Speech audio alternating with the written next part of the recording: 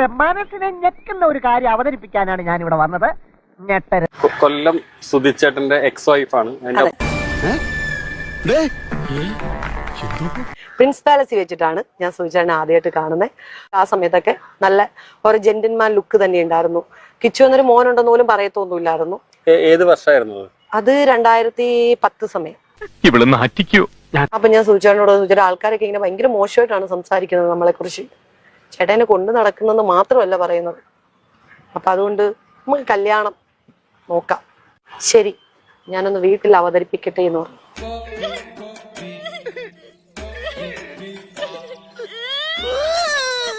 അത് കഴിഞ്ഞ ശേഷം വീട്ടിൽ നിന്ന് അമ്മയും അച്ഛനും ചേട്ടനും ചേട്ടത്തിയും എല്ലാവരും അറിഞ്ഞു, വന്നു, സംസാരിച്ചു. കഴിഞ്ഞതിന് ശേഷം നമ്മൾ നല്ല രീതിയിൽ കല്യാണം ഭരണിക്കാവ് മാടന്നല ക്ഷേത്രത്തിലായിരുന്നു. കല്യാണമൊക്കെ നടന്നു.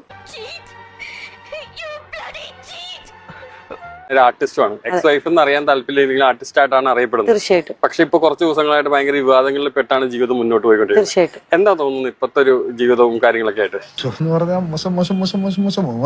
നമ്മള് കാര്യത്തിലേക്ക് പോകുന്നതിന് മുന്നേ ഞാൻ ഒരു കാര്യം പറയാം.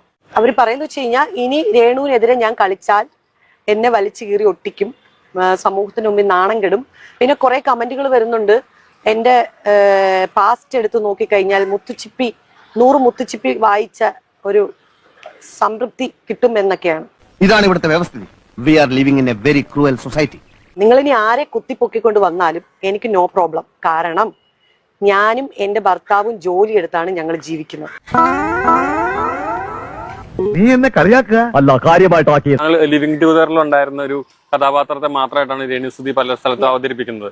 അപ്പൊ അങ്ങനെയുള്ള ഒരു നിങ്ങൾ ഇഷ്ടപ്പെട്ട് കണ്ടു പരിചയപ്പെട്ടതിന് ശേഷം പരസ്പരം വീട്ടിൽ വന്ന് ആലോചിച്ച് വിവാഹം നടത്തി വിവാഹത്തെ ഒന്നുമല്ലാതാക്കുന്ന രീതിയിലാണ് അവർ.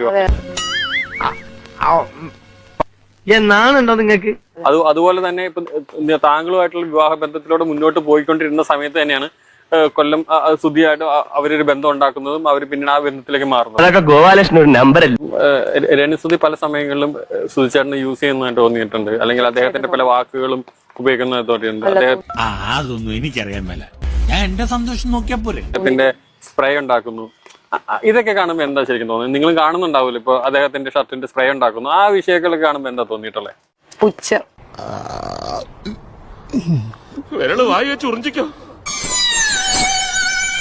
സുധിച്ചേട്ടന്റെ ഒരു, അതായത് ശാലിനി പോയി ഒരു മകനുമായിട്ട് വന്നുള്ള ഒരു കാലഘട്ടങ്ങളിൽ, ഒരു കുറച്ചധികം കാലഘട്ടങ്ങളിൽ കൂടെ നിന്നു. അപ്പൊ അങ്ങനെയുള്ള ഒരു ബന്ധം പെട്ടെന്ന് ഇല്ലാതായി പോകുന്നു. എത്രത്തോളം ഒരു മാനസികമായി തകരുന്ന ഒരു സംഭവമല്ല എന്ന് വെച്ച് കഴിഞ്ഞാൽ നമ്മൾ പോലും വിചാരിക്കാത്ത ഒരു വിഷയത്തിലൂടെയാണ് തകരുന്നത് മറ്റൊരാളുടെ. എന്ന് വെച്ച് കഴിഞ്ഞാൽ ഇപ്പൊ അവിഹിത ബന്ധം എന്ന് വേണമെങ്കിൽ പറയാം. എന്താ ഉറക്കം വരുന്നു. ഇന്നലെ എന്റെ ഫ്രണ്ടിനെ വിളിച്ചിട്ട് പറഞ്ഞെന്ന് വെച്ച് കഴിഞ്ഞാൽ അവളോട് മര്യാദയ്ക്ക് നിർത്തി പൊക്കോളാൻ പറ, ഇല്ലെങ്കിൽ അവളുടെ എല്ലാം ഞാൻ പുറത്ത് വലിച്ചിടും, അവൾ എന്തായിരുന്നു എന്നുള്ളത് പുറത്ത് വലിച്ചിടും. ഇടട്ടേന്നേ, നേരിടാൻ തയ്യാറാണല്ലോ ഞാൻ.